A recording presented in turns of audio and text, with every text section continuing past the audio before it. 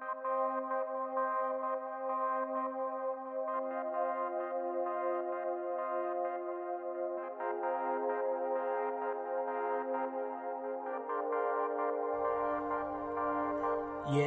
we bring reviews of your house, talk to our dudes of your house. I bring my views of your house, wrestling truths of your house.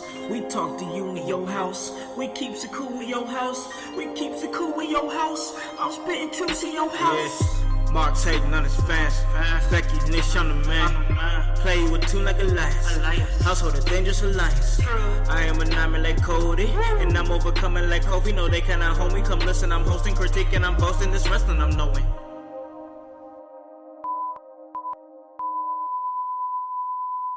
My name is Brian Pillman Jr., and you're listening to the In Your House podcast.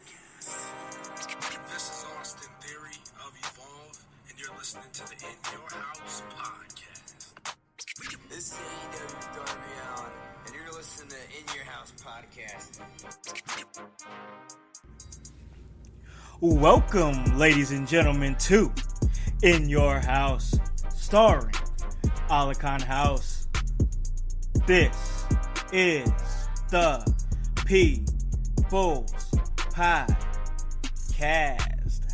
Hey guys, you already know who it is. It's your boy Khan, ready to give you that work when it comes to this professional wrestling business. That is what we do, and hey, we love it. So let me let you guys know where you guys can listen to this at. You guys can listen to this at Apple Podcast, Spotify, Spreaker, Stitcher, iHeartRadio, Himalaya. Hey, you don't have an Apple device? That's all right. We're on Google Play. Anywhere that you guys are, we can get to you. And oh yes, In Your House is back once again, guys. Last time that I checked, oh yes, In Your House was the hottest professional wrestling podcast in the Midwest. Untouchable, ladies and gentlemen. Teflon Khan is in the building, and you know I'm gonna give him that work,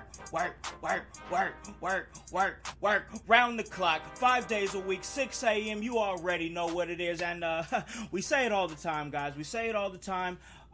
We get the best around here, man. We get the best, the brightest young talent in the game today. That's what we do. We cover all aspects of the professional wrestling business, and man, I got a chance to get a big guest, a great guest, a colossal of a guest, and man, I got a chance to catch this cat at Major League Wrestling, MLW, and man, this guy can go. Ladies and gentlemen of the household of the 14 different countries across these United States and locally right here in Indiana, I want to welcome onto In Your House the Caramel Colossus, Barrington Hughes. How you doing, bro?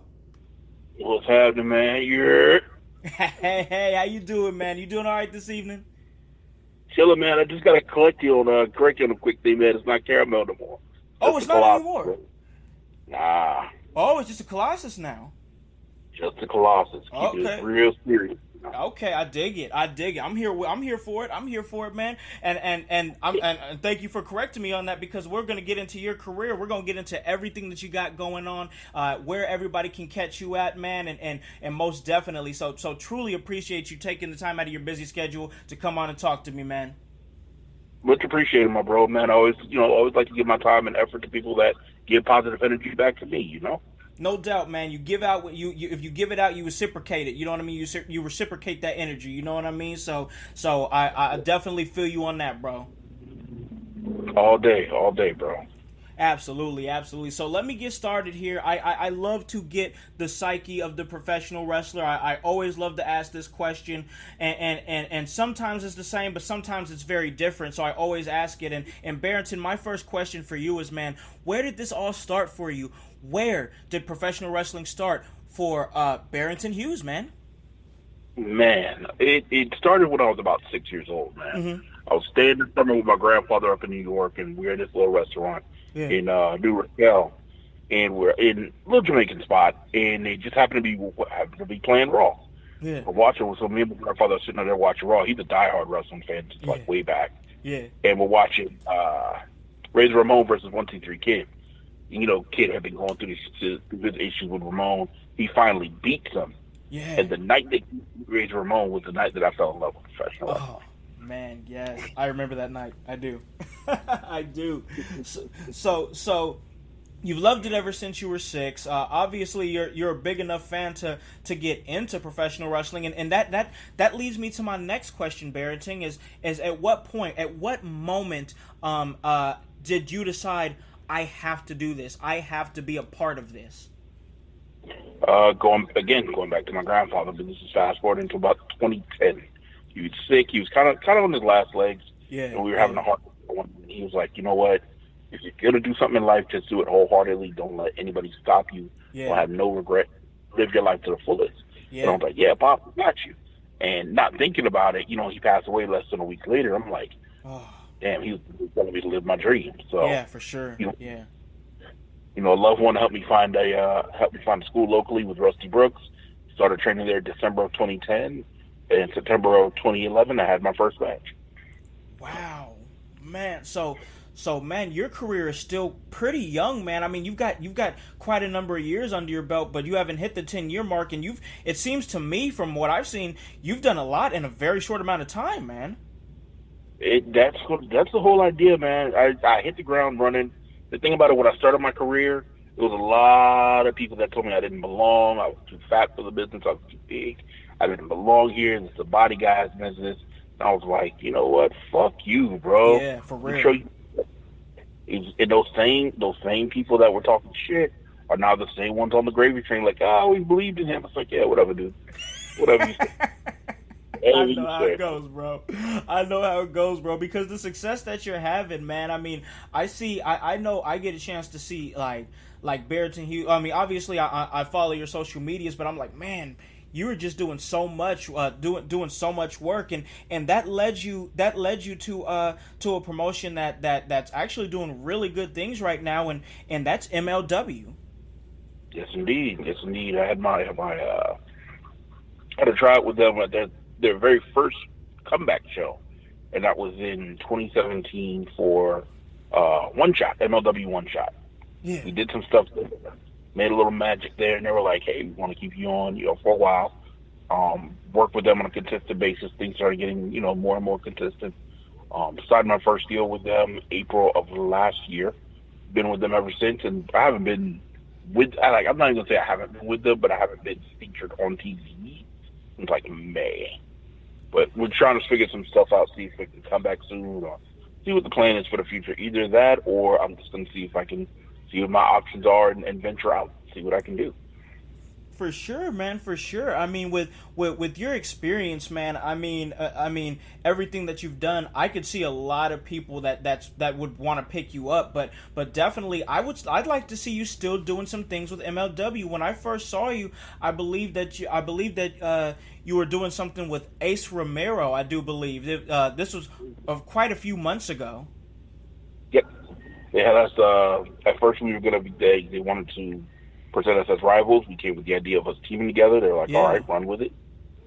Did the angle back in December, came back in April when he was doing his feud with Contra Unit. Yeah. He had a couple of Contra Unit. Now they've moved on. Now Fatu's world champion there, which is huge salute to the Us Fatu. That's my boy. Yeah. Yeah, right now we're just, Ace is doing his thing. I'm doing my thing. Both being very busy, very productive human beings, man. That's all we can do. Absolutely, man. No doubt. So you alluded to something saying that you were too big, man. And man, I've seen you in the ring, and to me, I don't see I don't see you as a slouch, bro. Like, I'm not seeing you as a slouch. Like, you might be a bigger man, but you move in that ring, bro. Thank you, man. And it's like, it's always funny. Like, I see fans and I'll throw a picture of, like, I don't put a lot of videos out. Yeah, for sure. I put a lot of photos. And I watch the comments. I watch how some fans will detract me and automatically kind of push me off and be like, oh, he's lazy, he's garbage, and this and that. And then I'm like, I don't have to say anything. I'll just post a highlight video. And then they watch it and like, oh, shit, I'm sorry. They change their mind real quick, don't they? Like, dude, it's like, you can't sit here and talk shit about people that you don't know. You know what I mean? No doubt, bro. That's the thing. But see, in my opinion, bro, like, that's some of the biggest problems with wrestling fans today. And I can say that being a wrestling fan, so I'm speaking from that side of the lens, is that they're quick to talk about things they've never seen, don't know anything about, and man, it just that personally drives me nuts, because if you don't know, don't talk about it. You know what I mean? It's simple. You sound like an idiot when you do stuff like that, you know? Big facts. Big facts. Yep. Absolutely. Yeah, like, yeah, definitely, man. And it's like, you know, Ace defies the laws of physics. He's beyond amazing in the ring. You have other big guys out there. You have guys like Vince Steele out of New York. You have Sonny Black, King Jeter out of New York. You have Beastman out of, I believe, Ohio. You have Super Oprah. You have Congo Kong. You have the Esco out of California. You have so many men that tip over the scales. Brute Van Slyke out of New York. I'm shouting all my big brothers out because you know what? We're all out here doing this thing, man, running this fucking shit like dinosaurs. And motherfuckers don't like shit, to be honest. Hey, it don't matter what they're thinking, because in my opinion, you guys are absolutely killing it. And with the way that you guys move in the ring, my next question that I wanted to ask you was this: you named off a lot of names there. Like do you think that this new style of independent professional wrestling is ready for a real super heavyweight division? I don't even necessarily think we need to be a division. Each of us can be stars in and of our own right, but we have to be presented properly. Yeah. The problem is that everybody has a dated, archaic way of thinking is, oh, man, build the big man up. No, let the big man work. Yeah. You brought them into work. Let these motherfuckers work. Let us work. Let us do our job and get over with the fans organically. Yeah. Yep. You know what I mean? Oh, yeah. No, I absolutely agree with that. Yeah, man, that's been my biggest issue with a lot of places. And it's like, thankfully, you know, promotions now that I work with, they're letting us do our thing. Like NOW, I just came out of Northwest Ohio recently, and I had a banger of a match with Thomas Brewington. You know what I'm saying? And for that, I had a great match with Beastman. You know what I mean? And these were just, we brought something different to the table every time. Yeah. I'm not going to give you what you see on every single indie show. I'm going to give you some fucking storytelling. I'm going to give you some fucking athleticism. And I'm going to give you something different that not everybody else can give you, because I can't do what everybody else can do. And I'm not detracting them, I'm not shitting on them for it. I praise them for it. But fucking professional wrestling is a buffet, and buffets should bring variety. That is so true. That is so true. That's the thing. And my co-host Hutch, shout out to my man Hutch. He says something that I think that you would kind of dig, because it resonated with me. He says professional wrestling is like music, and there's a lot of different genres of music. There's a lot of different genres of professional wrestling. Pick your flavor. You know what I mean? Exactly. Not everybody has to like the same thing. Some people like WWE. Some people like AEW. Some people like PWG. Some people like Northeast South. Some people like Memphis South.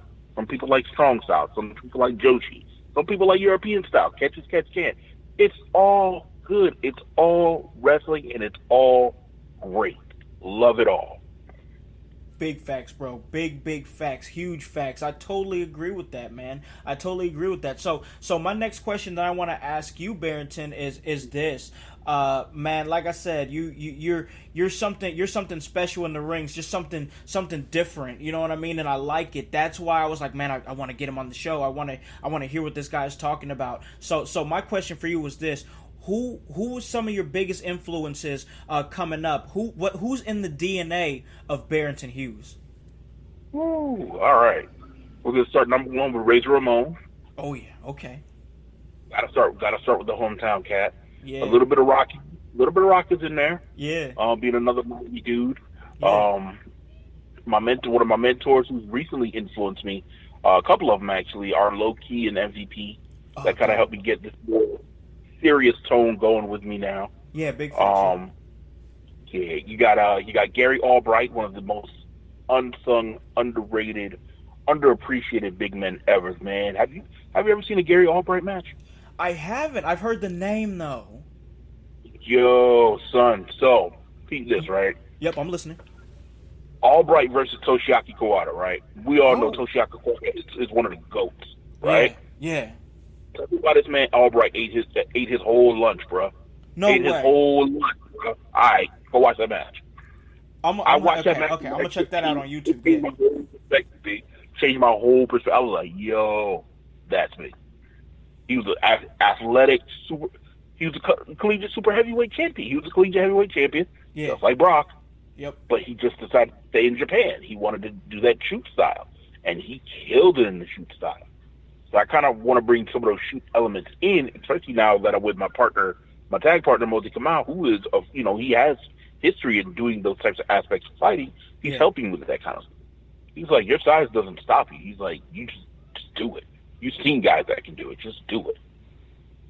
Absolutely, man. Absolutely. And it seems like, man, you just, man, what I'm digging about you, the vibe that I'm catching right now as I'm talking to you, man, is that nobody's gonna stop you from doing what you want to do, no matter what. And man, you've come so far, bro. Like so far. And I'm here for it, bro. I dig that energy that you're putting out, bro. For real. Thank you, man. I appreciate it. It's not easy, man, because it's like you have motherfuckers always trying to stay. They try to get you goat, man. They try to steal your joy, and it's like they don't like the fact that I'm happy.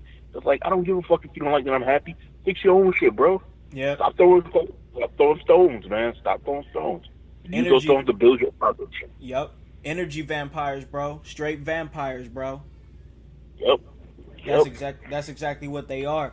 But instead of giving them some oxygen, we're going to keep it pushing. Guys, I'm sitting over here talking to Barrington Hughes, MLW star, independent wrestling star, just out here killing it. Guys, what are you doing? Buy a freaking shirt. That's www.prowrestlingtees.com/inyourhouse. Sitting in with Barrington Hughes. When you guys listen to this, you guys will be driving to work or driving the kids to school. Kids is going back to school now, so you guys might be doing that Monday morning, 6 a.m., as I'm having a great conversation. So getting right back into it, man. Getting right back into it. The next thing that I wanted to talk to you about, Barrington, is, man, I see a lot of wrestling. I watch with what I do. I watch a lot of wrestling. I talk to a lot of wrestlers, promoters, personalities, what have you, and mainly what my podcast is I bring things from a fan's perspective and present it in front of other fans and try to make them look in the mirror a little bit.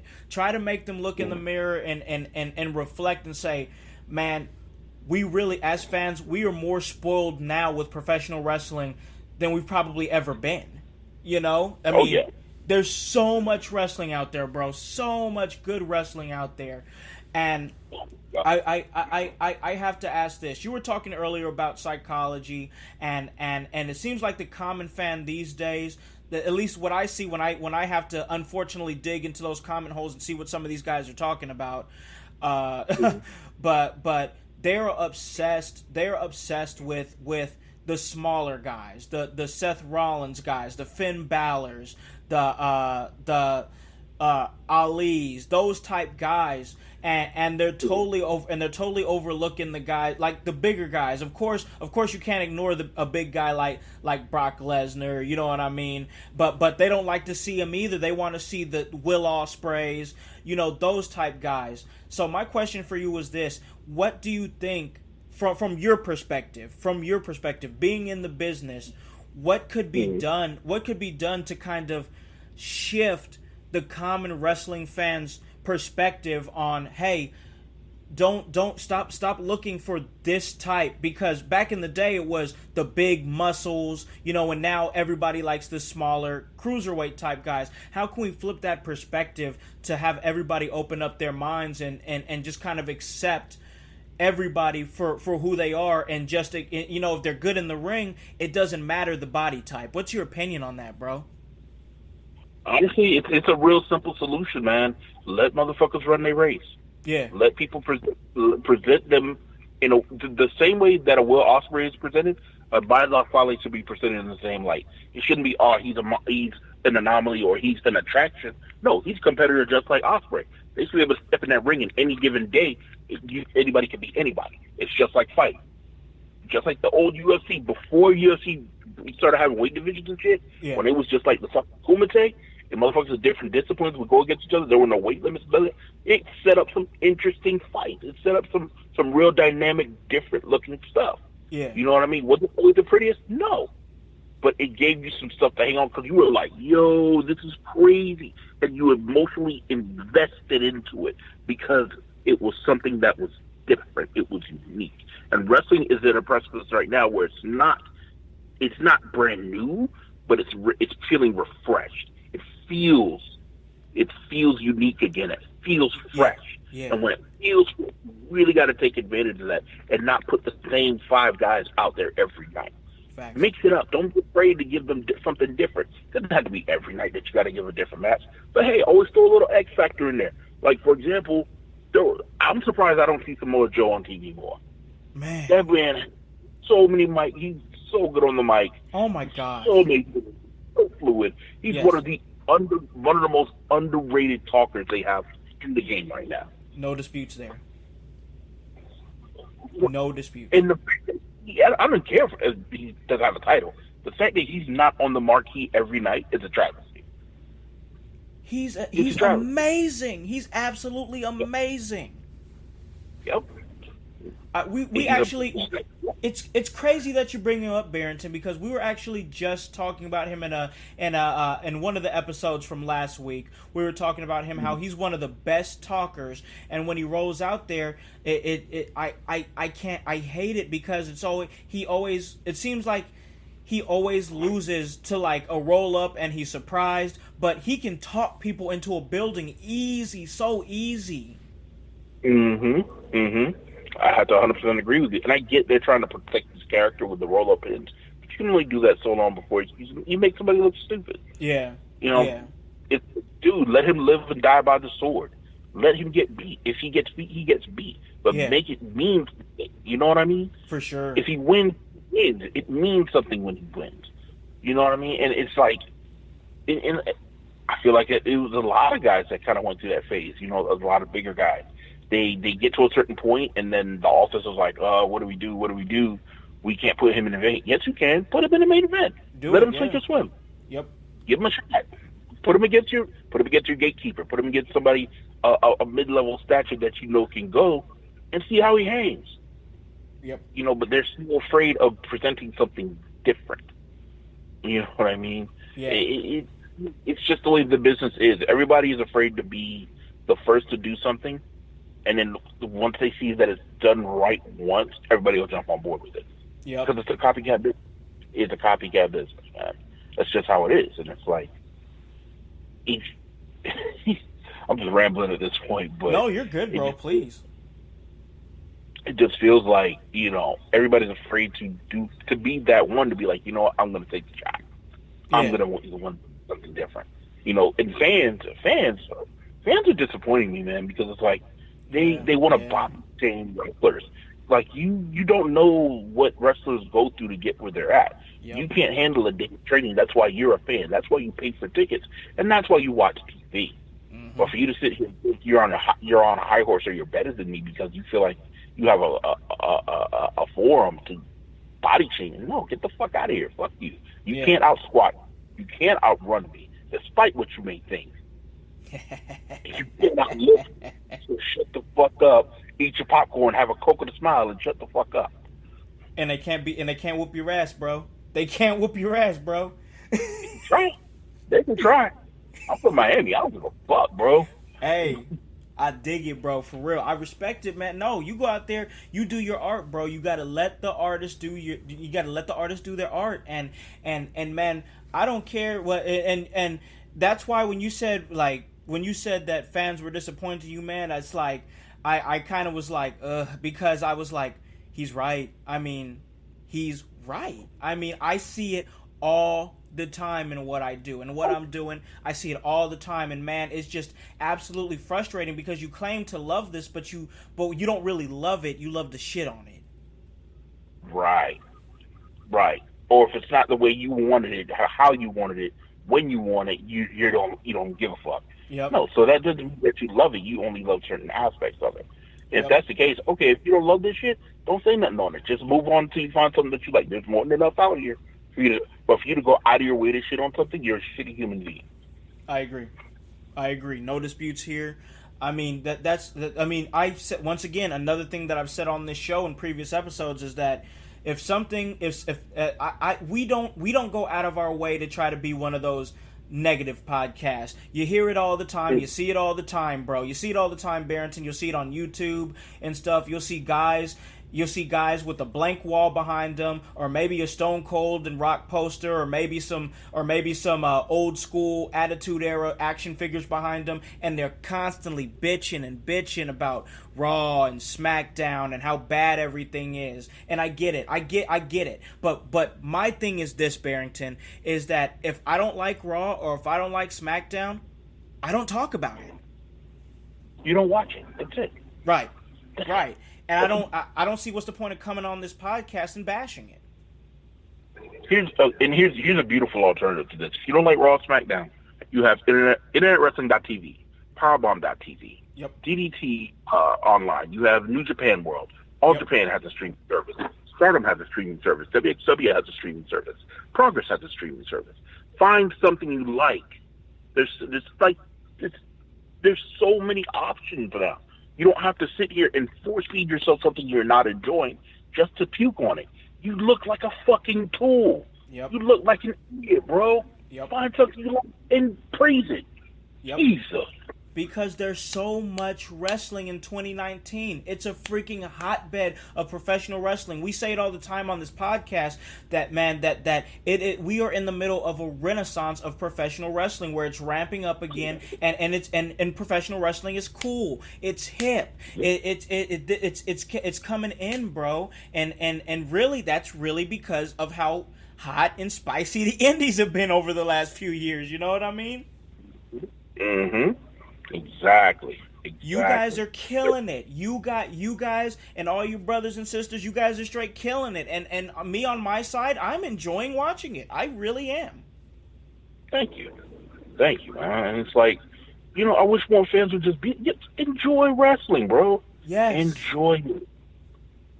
There's This is something so that, much. and it's something that's being built organically. It's not a TV show that's already written and directed, and you don't have any input on it. This is something that you can affect on a live, in the moment feeling. Yeah. Oh yeah. Hey, I'm not a fan of this. Boo this. You know what's gonna happen? Shit's gonna change. The narrative is gonna paint itself differently. Yep. This is like live theater. You know what I mean? You have control by being a part of it and just being a great fan, man. Yeah, that's it, man. Because I say it all the time, and I'll say it right now before I utter another sentence. I'll say this, bro. Thank you for all that you've done and all that you do in putting your body on the line for mine and everybody else's entertainment. I appreciate that, bro. Thank you so much. No problem, man. I mean what I say, man. I have a passion for this, and I get the privilege and honor to be able to talk to you guys and girls, and it's fun. It's been a blast, man. I thoroughly enjoy this. I've watched professional wrestling since I was, knee high to a grasshopper when I was living in LA, man, watching it with my brother. Like, I love this, and now I'm in a position to be able to talk to you guys and maybe in a small way give back to the business. Exactly. And there's no such thing as a small way. Everything you do that's building up professional wrestling, we appreciate it, because you're not tearing us down. You're making everybody look good, and you're making people not care about the good aspects of professional wrestling, as opposed to putting a light on the negativity. Thank you for what you do, Alcor. Thank you. Thank you, man. I truly appreciate that. That really means something coming from you, and I truly mean that.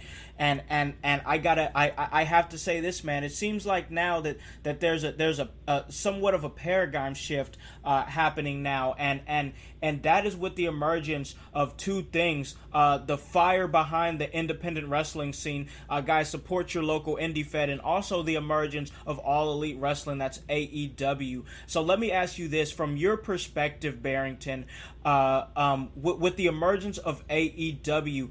And everything that you may have seen, may have heard, probably some things that have been seen and heard that you've seen, but somebody on my side and other fans haven't seen or heard.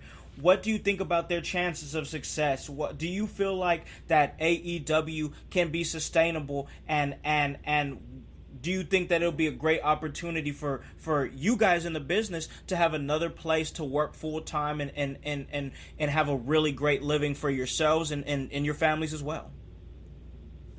Absolutely. Number one, any place where there's an opportunity for guys and girls to make money in the business and be able to support their families, it's always a plus in my book. Sure. Number one. Oh yeah.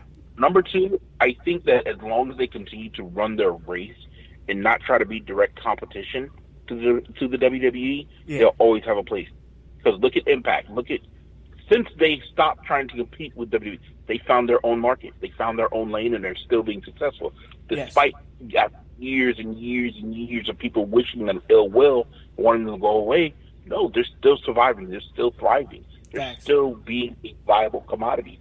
Same thing with Ring of Honor. Despite people wanting them to see them fail, they're still succeeding. They're still being able to provide lifestyles for guys and girls to be able to take care of their families. Yeah. So one more place is not going to hurt at all. It's always going to be a benefit.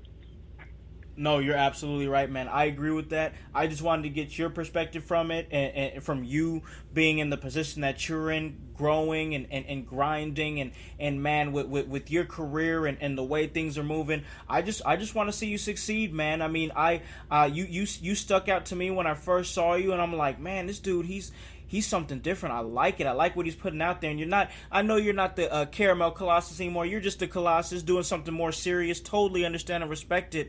But man, just the different incarnations that I've had a chance to see of you just from digging. I'm like, man, this guy just you said it yourself. You're not just being, you just haven't been booked as just some monster, man. You're just rolling out there and just going with the punches and having a good time and doing whatever feels right, man. And I totally support that, and I totally love what you do. Thank you, man. Appreciate it, bro. Oh, no problem at all. No problem at all. So out of respect, of course, I love to give my guests their opportunity, their chance to plug anything that they want to plug, their social media, upcoming appearances, where they can catch you, what's going on next with you, whatever it can be. This is your opportunity. This is your floor, Barrington Hughes, to plug away, my friend. All right. So from the top, shout out to Rusty Brooks, shout out to Flex Magnum, shout out to Gay Grill, shout out to Mosey Kamal, shout out to BJ Murdoch, shout out to Dan the Bowtie Guy, shout out to everyone, and y'all know who y'all are. I love all of y'all. Number one, follow me on everything at Colossus B. Hughes. Find me on Facebook under Barrington Hughes, not the personal page, but the fan page. I will not add you on my personal page. I am at capacity. It's not personal, and I need to clean it out anyway. So moving on. You want to buy a shirt, buy a shirt. whatamaneuver.net/collections-Barrington Hughes, or just go to What a Maneuver and search my name on the list. Can't miss it. I'm going to have some new designs going up in the next couple of weeks. You can get your couple of throwback designs on there now. Reasonable prices, great shipping. Shout out to Michael, at What a Maneuver for doing the great work he does. Trying to think what else. Upcoming events, I have the Pan-African Wrestling Diaspora Tournament at the end of August in Washington, D.C. Shout out to Johnny X for making me a part of that historic, just world-changing event, man. Having a championship by black wrestlers, for black wrestlers, to be able to say, hey, we matter too. Yes, Much love to be a part of that. September 6th, I'm Mondo Lucha in Milwaukee. The next day, I'm in Dallas for Sir Mo and Sword Championship Wrestling. Following week, September 14th, Full Throttle Championship Wrestling title match against Omar Amir. I'm back in Chicago on the 21st for Resistance Pro. October Blueprint on October 6th. I think that's it for now. I got a couple other dates coming up. I will keep you in the loop. I'll keep them on the Instagram page, Twitter page, and the Facebook page. Other than that, man, Alakon, thank you again for having me. And just be blessed, man. Stay positive, stay on your grind, and we appreciate you, bro, for real. Oh man, thank you so much. You honor me, you honor my podcast, you bless my podcast. The Colossus, Barrington Hughes, bro. Thank you very much for taking time out of your busy schedule to talk to me and the household, bro. Thank you. Thank y'all, man. Have a blessed night, man. Take care. Absolutely, absolutely. And guys, that was our great guest, the Colossus Barrington Hughes. Guys, this was another great interview, but that's just what we do. We give you that work. So let me let you guys know where you guys can listen to this at. You guys can listen to this at Apple Podcast, Spotify, Spreaker, Stitcher, iHeartRadio, Himalaya. Hey, you don't have an Apple device? That's alright. We're on Google Play. Anywhere that you guys are, hey, we can get to you. Check us out October 5th, Heroes and Legends 13, Fort Wayne, Indiana. We are the official podcast of the entire event, and if you can't make it, but we really want you to make it, you can check it out on Fight TV with your boy Khan and Jason Saint on commentary. Guys, what are you doing? Buy a freaking shirt. www.prowrestlingtees.com/inyourhouse. Guys, you already know what it is. OWE Weekly coming to you once a week. You already know what it is. Guys, we tell you this all the time. Hop on this bandwagon. Get on. Or get gone. Because the household, well, we going mighty strong. You guys have a great day and a great rest of your week. Peace.